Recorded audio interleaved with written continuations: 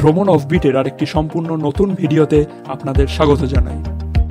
তবে এবারে একটি সম্পূর্ণ নতুন চমক অপেক্ষা করে আছে। এই প্রথম এই চ্যানেলে আসছে একটি সিরিজ।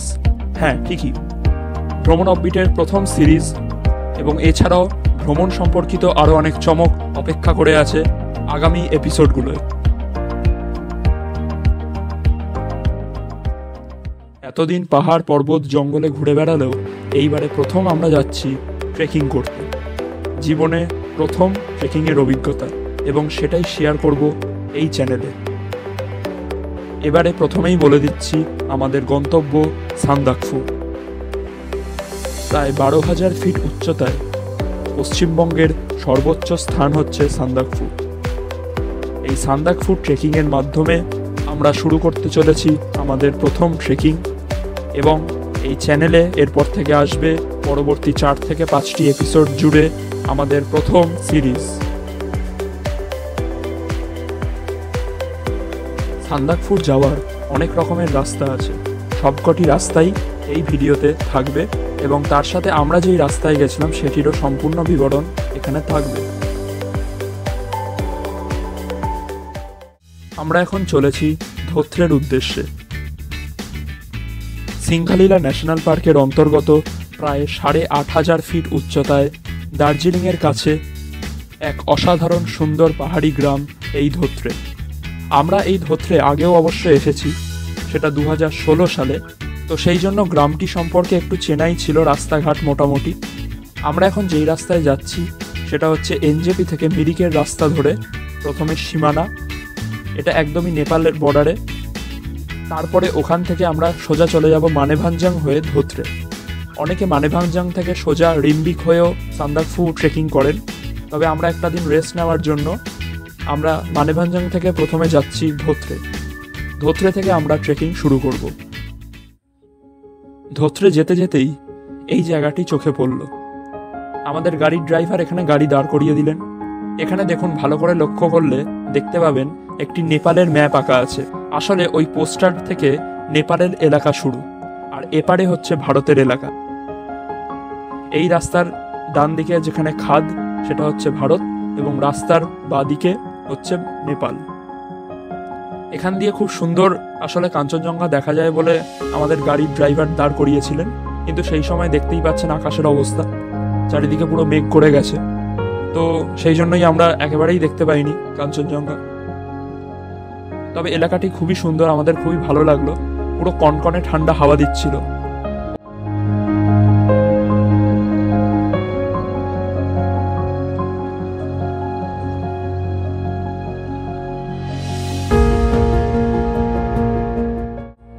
এই দেখুন, মেঘ করলেও সামনে দূরে দূরে ছোট ছোট কিছু পাহাড় দেখা যাচ্ছে তখনও।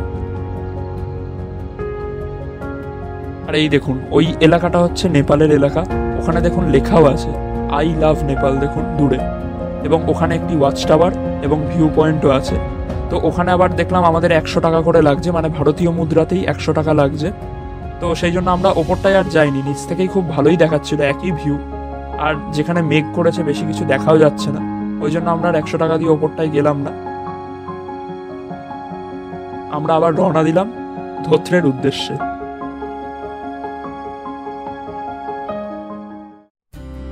কিছুক্ষণ পরেই আবার গাড়ি থেমে গেল। আমরা নেমেছি সীমানা ভিউ পয়েন্টে। এই এলাকাটি কিন্তু পুরোটাই নেপালে। এখানে দোকানগুলোয় অদ্ভুতভাবে ভারতীয় মুদ্রা এবং নেপালি মুদ্রা দুটোই কিন্তু চল আছে।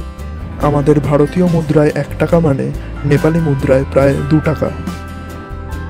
তো আমরা অবশ্য দেখেছিলাম একই রেটে দোকানগুলোয় সব কেনা বেচা হচ্ছে।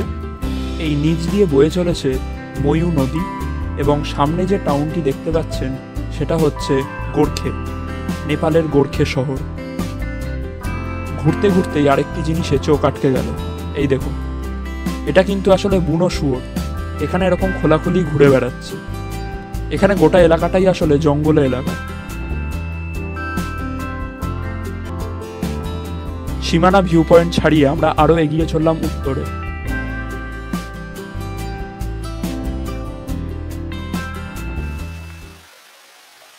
এখন বাজে সন্ধে 6টা। আমরা পৌঁছে গেছি ধোত্রে গ্রামে। ইতিমধ্যেই অন্ধকার নেমে গেছে। 8,500 ফিট উচ্চতায় সন্ধে 6টায় তাপমাত্রা দেখাচ্ছিল প্রায় 10 ডিগ্রি সেলসিয়াস। সেটা অবশ্য ঠিকই আছে, এমন কিছু ঠান্ডা নয়। তবে তখন মালুম হয়নি আস্তে আস্তে যত রাত বাড়ল ঠান্ডার তীব্রতা কিন্তু তত গুণ বাড়ছিল। আমাদের গাড়িটা একটু আগে পার্কিং করা হয়েছে। এই রাস্তাটুকু একদমই পাড়ার ভেতর দিয়ে, এখান দিয়ে আমরা যাচ্ছি আমাদের হোমস্টের উদ্দেশ্যে। আমরা যেই হোমস্টেতে উঠেছিলাম, ফিনিক্স হোমস্টে, তার মালিক রাজেন তামাং অবশ্য আমাদের বলে দিয়েছিলেন যে আমাদের রিসিভ করার জন্য ধোত্রে গ্রামে যে মোড় আছে সেখানে আসবেন। তো আমরা বললাম যে না, অসুবিধার কিছু নেই, 2 মিনিটেরই হাঁটা পথ, আমরা চলে যাচ্ছি। রাস্তায় চলতে চলতে এই দেখুন আরেকটি জিনিস, এখানে দেখুন ছোট ছোট দুটো আলো দেখা যাচ্ছে। বাদিকের যে ছোট্ট আলোটা সেটা কিন্তু ল্যাম্পপোস্ট, আরেকটা কিন্তু চাঁদ। মানে দেখুন একবার, ল্যাম্পপোস্টের আলোর তীব্রতা আর এখানে চাঁদের আলোর তীব্রতা পুরো সমানে সমানে। আসলে এখানে আমরা এতটাই হাইটে আছি যে মনে হচ্ছে যেন দুটোর তীব্রতা প্রায় সমান। আর এই দেখুন ডান দিকে, কতটা ক্যামেরায় আমি দেখাতে পারবো জানি না, এখানে পুরো ছোট ছোট আলোর মেলা বসে গেছে যেন। দূরে দার্জিলিং শহর, এখানে নেপালের কিছুটা অংশ দেখা যাচ্ছে, এক কথায় অপূর্ব। আর এই যে আমরা পৌঁছে গেছি, এই হচ্ছে আমাদের হোমস্টে। তো এখন অবশ্যই অন্ধকার হয়ে গেছে, এখন আর দেখাচ্ছি না, কাল সকালে অবশ্যই পুরো হোমস্টেটা ঘুরিয়ে আপনাদের দেখাবো। এখন চলুন, আগে প্রচণ্ড এখন ঠান্ডা লাগছে, আগে একবার ভেতরে যাওয়া যাক। এখানে একতলায় হচ্ছে কিচেন এবং তার সাথেই হচ্ছে ডাইনিং। কোনো রকমে ব্যাগ ঠ্যাগ রেখে আমরা আগে ছুটলাম ডাইনিংয়ের। প্রচণ্ড খিদে পেয়ে গেছিলো, অলরেডি অনেকটা সন্ধে হয়ে গেছে। এই দেখুন, ইনি হচ্ছেন রাজেন তামাংয়ের ছেলে, আর পাশের ছেলেটি হচ্ছে রাজেন তামাংয়েরই একজন আত্মীয়। এখানে সবাই গল্পগুজব করছিল, আমরা এসে বাদ সাধলাম। ওনারা তাড়াতাড়ি ব্যস্ত হয়ে পড়লেন আমাদের জন্য খাবার ঠাবার করার জন্য বিকেলে। তো যাই হোক, ভেতরে বেশ মিউজিক সিস্টেমে গান ঠান চলছিল।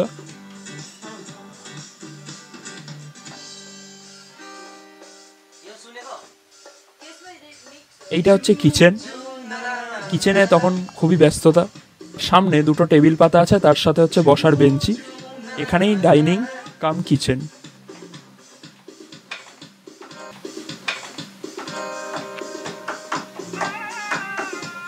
আমরা আসাতে প্রথমে একটু লজ্জা পেল, পরে কিন্তু ফুল ফর্মে সে কিন্তু নেমে পড়েছে, আমাদের নেপালি নাচ দেখাবে। বেশ মজাই হলো।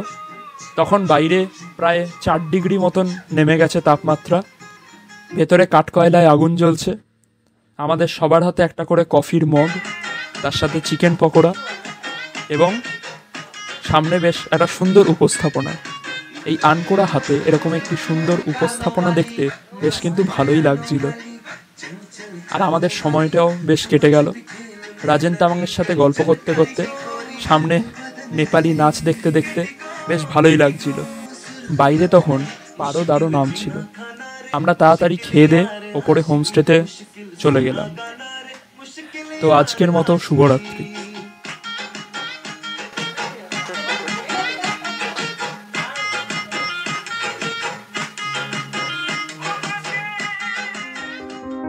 শুভ সকাল। এখন ঘড়িতে 6টা বাজছে।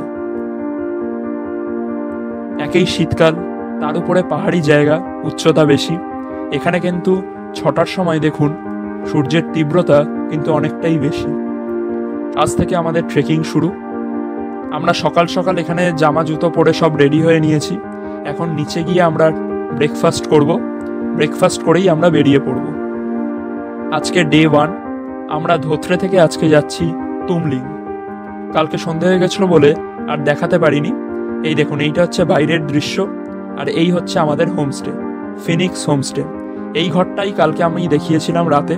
এটাই হচ্ছে ডাইনিং কাম কিচেন। আর এই যে দোতলা যে নীল বাড়িটি দেখতে পাচ্ছেন, এইটাই হচ্ছে আমাদের হোমস্টে। নিচে 2টো রুম আছে এবং ওপরে একটি রুম। ওপরে একটি ফ্যামিলি রুম এবং নিচে ডাবল বেডেড রুম আছে 2টো।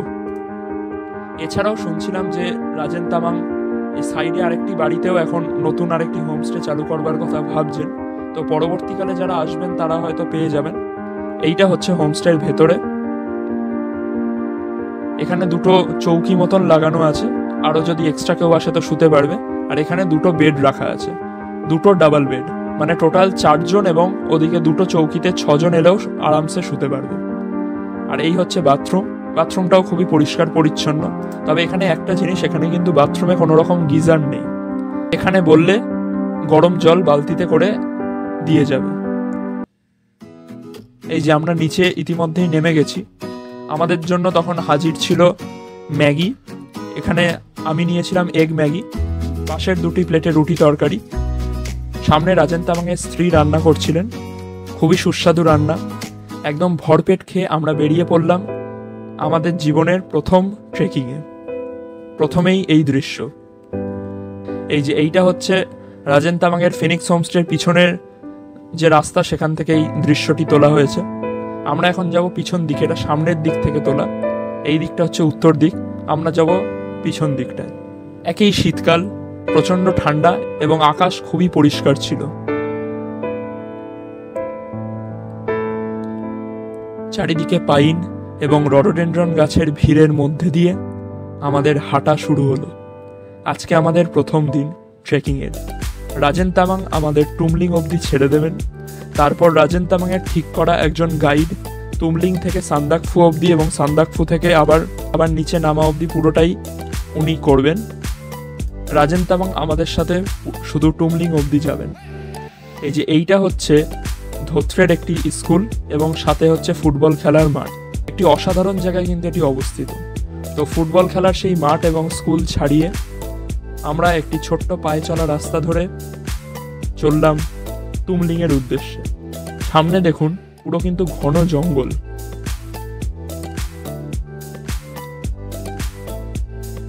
মানেভাঞ্জাং থেকেও আরেকটা রাস্তা তুমলিং যায়, তবে আমরা যেহেতু মানেভাঞ্জাং থেকে ধোত্রে এসেছিলাম, ধোত্রে থেকে আমরা ট্রেকিং শুরু করব তুমলিং এর উদ্দেশ্যে।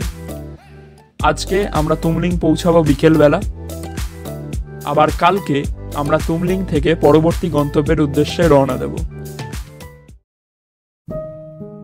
আর এই দেখুন এখানে একটা ছোট্ট স্মৃতিসৌধ করা আছে। এখানে হয়তো গ্রামের কোনো গুরুত্বপূর্ণ ব্যক্তিত্ব ছিলেন, তার উদ্দেশ্যে।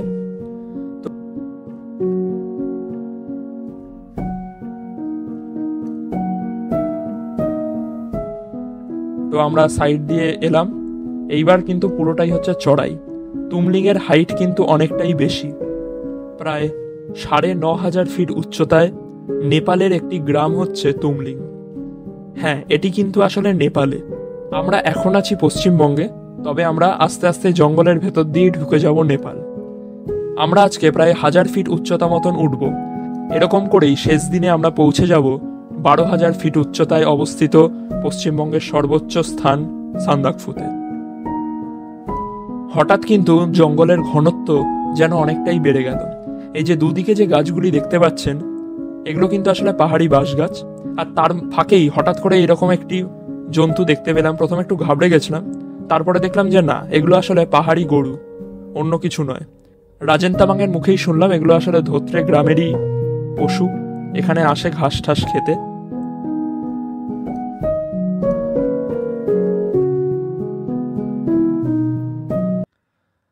এবারে সামনে একটু ফাঁকা জায়গা, গাছপালা কম, এখান দিয়েই কিন্তু কাঞ্চনজঙ্ঘা খুব সুন্দর দেখুন দেখা যাচ্ছে। আমরা এখানে একটু রেস্ট নিতে দাঁড়ালাম। রাজেন তামাং আমাদের সব দিক নির্দেশগুলো দেখিয়ে দিচ্ছিলেন, যে কোন দিকে কোন পাহাড়, কোন দিকটা নেপাল, কোন দিকটা ভুটান। এখান থেকে তো সবই মোটামুটি দেখা যায়। আবার হাঁটা শুরু। আগে কখনো ট্রেকিং এ যাইনি, সে ব্যাগ নিয়ে বেশ প্রথমে কষ্টই হচ্ছিল। এই দেখুন এইগুলো যেটা বলছিলাম তখন, এগুলো কিন্তু আসলে পাহাড়ি বাঁশ গাছ। এর ভেতর দিয়ে এখন রাস্তা। তো এই যে সোজা যে রাস্তাটি দেখতে পাচ্ছেন, এটা কিন্তু আসলে মূল হাঁটার রাস্তা।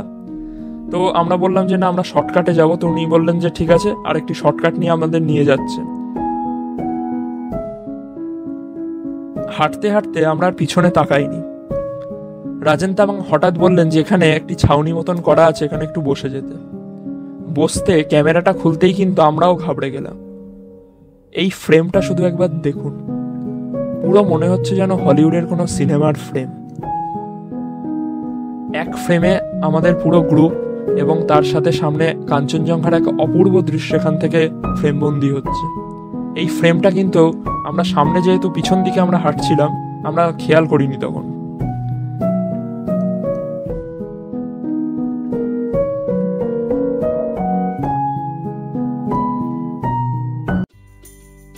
রাজেন তামাং বলে দিয়েছিলেন যে ট্রেকিংয়ে আসলে অবশ্যই কিছু শুকনো খাবার, মানে এই কিশমিশ, কাজু এইসব নিয়ে আসতে।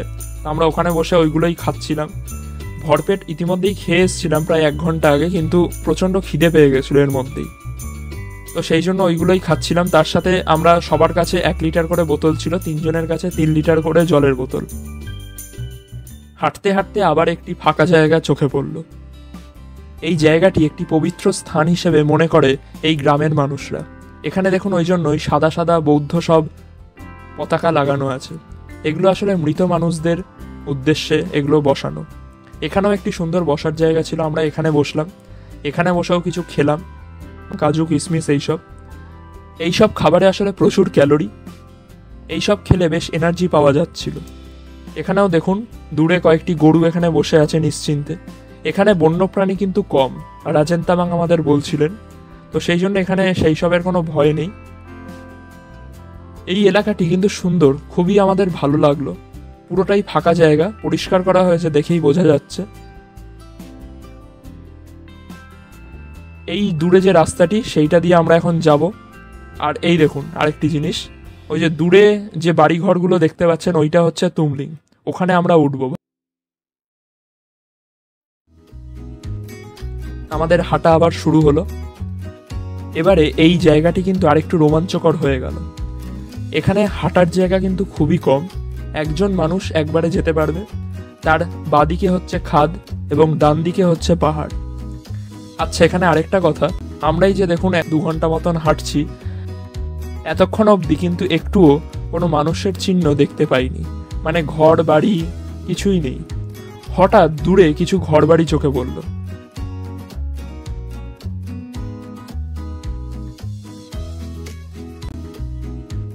তো যাই হোক, আমরা আবার এগিয়ে চললাম।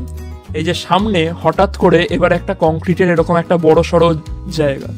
আমরা প্রথমে ঘাবড়ে গেলাম যেটা আসলে কি, তবে সেই ওপরে উঠে আসলে বুঝতে পারলাম। এবারে দেখুন, এইটা আসলে সেই প্রধান রাস্তা সান্দাকফু যাওয়ার। যারা গাড়িতে এনজেপি থেকে বা বানেভাঞ্জাং থেকে ডিরেক্ট চলে আসে সান্দাকফু, তারা এই রাস্তা ধরেই যায়। আমরা যেহেতু ট্রেকিং করে এসেছি তাই আমরা শর্টকাটে নিচের জঙ্গলের রাস্তা ধরে এলাম। এই দেখুন রাজেন তামাং আমাদের দেখিয়ে দিলেন। রাজেন তামাংয়ের যে বাদিকটা সেইটা হচ্ছে অ্যাকচুয়ালি নেপাল, আমরা এখন ওই দিকেই যাব। আর এই রাস্তাটা কিন্তু ভারতে। এখানে এইগুলো কিন্তু খুবই মজার একটা জিনিস।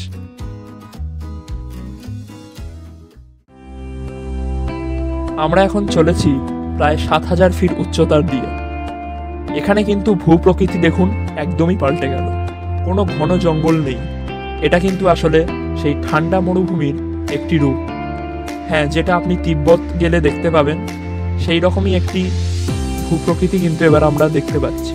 ঝোপ এবং কাটা গাছ, কোনো বড় দেখুন গাছ নেই, আর চারিদিকে একটি ধূসর প্রকৃতি। এখানে কিন্তু গাছপালা কম রঙিন, চারিদিকেই একটা ধূসর ভাব। ধূসর প্রকৃতির ভেতর দিয়ে আমরা হেঁটে চললাম। ওই যে দূরে অনেকেই এগিয়ে গেছে, আমি একটু পিছনে রয়েছি ভিডিওটি করব বলে। এই রাস্তা ধরে আমরা এখন এগোবো। এই দেখুন চারিদিক, একটিও কিন্তু বড় গাছ নেই। তখন কিন্তু প্রচন্ড রোদ, তাপমাত্রা 5 ডিগ্রি সেলসিয়াস, কিন্তু ভালোই গরম লাগছিল হেঁটে, এবং সূর্যের তাপ বেশ মালুম হচ্ছিল। অবশেষে উঠে এলাম 8500 ফিট উচ্চতায়। এই হচ্ছে তুমলিংয়ের মূল রাস্তা। ওই যেই রাস্তাটি আগে দেখিয়েছিলাম ওই রাস্তাটাই কিন্তু এইটা ঘুরে এসছে। আমরা শর্টকাটে এলাম জঙ্গলের ভেতর দিয়ে।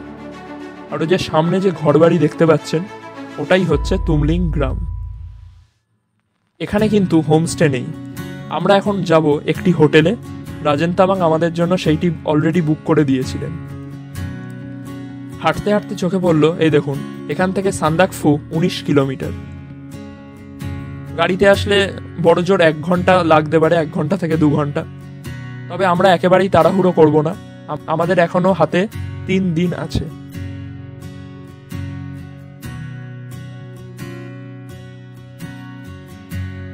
এখানে কিন্তু দৃশ্য একদমই অসাধারণ।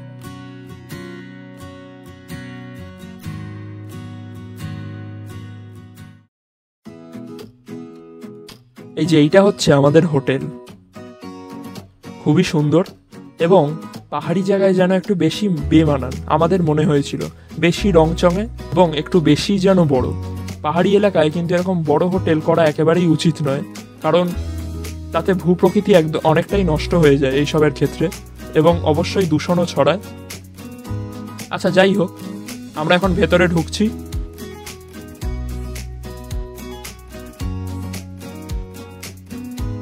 সামনে হচ্ছে সোজা, এখানে হচ্ছে ডাইনিং, তার দুদিকে হচ্ছে রুম আছে, আর দোতলাতেও রুম আছে।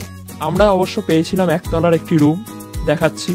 এই যে বাঁ দিকের যে রুমটি, এটা হচ্ছে আমাদের। আগে আমি ডাইনিংটা দেখিয়ে দিই, তারপর আমি রুমের ভেতরটা দেখাচ্ছি। এই যে এইটা হচ্ছে ডাইনিং, এমনিতে খুবই সুন্দর এবং খুবই পরিষ্কার।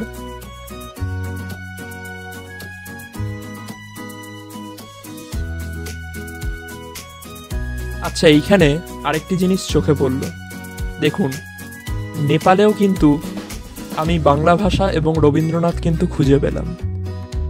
জিজ্ঞাসা করাতে জানতে পারলাম এখানের কিন্তু অনেক কর্মচারী আছে বাঙালি, পশ্চিমবঙ্গের থেকে আসা, এখানে কাজ করে এবং এখানের অনেক ট্যুরিস্টের সিংহভাগই কিন্তু পশ্চিমবঙ্গ থেকে আসে।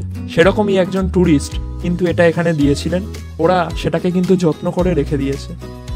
নেপালের এরকম একটা অজানা অচেনা গ্রামে বাংলা ভাষা এবং রবীন্দ্রনাথ দেখতে পেয়ে কিন্তু বেশ ভালো লাগলো।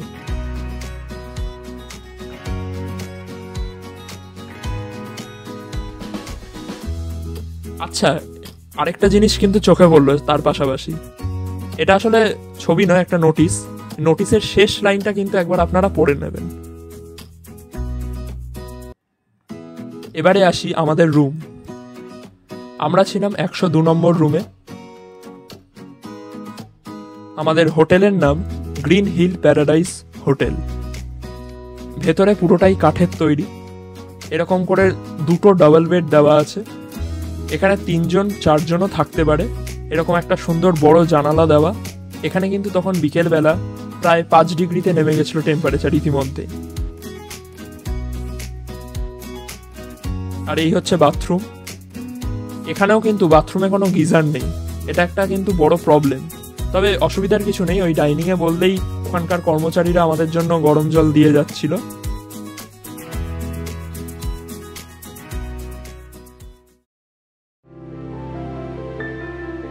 আমি ভিডিও করতে করতে খেয়াল করিনি এখান থেকে কিন্তু দুর্দান্ত সূর্যাস্ত দেখা যায়। তো আমি তাড়াতাড়ি ছুটে চললাম ওপরে। আমাদের হোটেলের থেকে কিছুটা ওপরে একটি টিলা মতন ছিল, সেখান থেকে এই ভিডিওটা করছি। দেখুন, অপূর্ব একটি রং লেগেছে এখন কাঞ্চনজঙ্ঘার গায়ে, পুরো লাল আভা। সূর্যাস্ত কিন্তু তখন অলরেডি হয়ে গেছে, আমরা একটু দেরি করেই এসেছিলাম।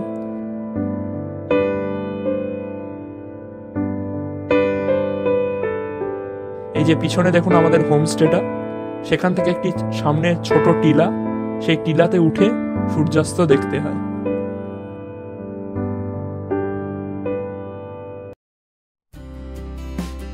শুভ সকাল, এখন বাজে ভোর 7টা। আমরা প্রথমে চললাম ডাইনিং হলে, সেখানে আমাদের জন্য ব্রেকফাস্ট অপেক্ষা করছিল। তবে ব্রেকফাস্টে আমরা কিন্তু এরকম কিছু আশা করিনি, এটা কিন্তু সম্পূর্ণই অথেন্টিক তিব্বতী খাবার দিয়ে আমরা ব্রেকফাস্ট সারলাম। এই দেখুন, এইগুলো হচ্ছে টিবেটান ব্রেড, তার সাথে হচ্ছে ঘুগনি, সেদ্ধ ডিম এবং তার সাথে সুজি। সব মিলিয়ে কিন্তু বেশ একটা তিব্বতী প্রাতরাশ সারা হলো। আমরা রওনা দিয়েছি টুমলিং থেকে আমাদের পরবর্তী গন্তব্য কালীপোখরির উদ্দেশ্যে।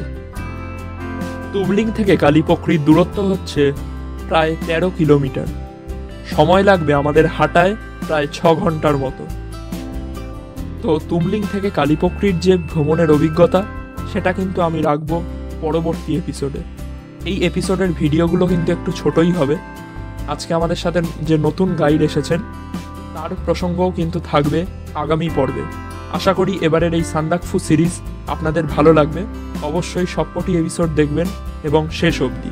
অনেক চমক, অনেক রোমাঞ্চ এবং অনেক প্রাকৃতিক সৌন্দর্য এবার অপেক্ষা করে আছে। ঠিক আছে, তো আমরা এবার যাচ্ছি কালীপুকুরির রাস্তায়।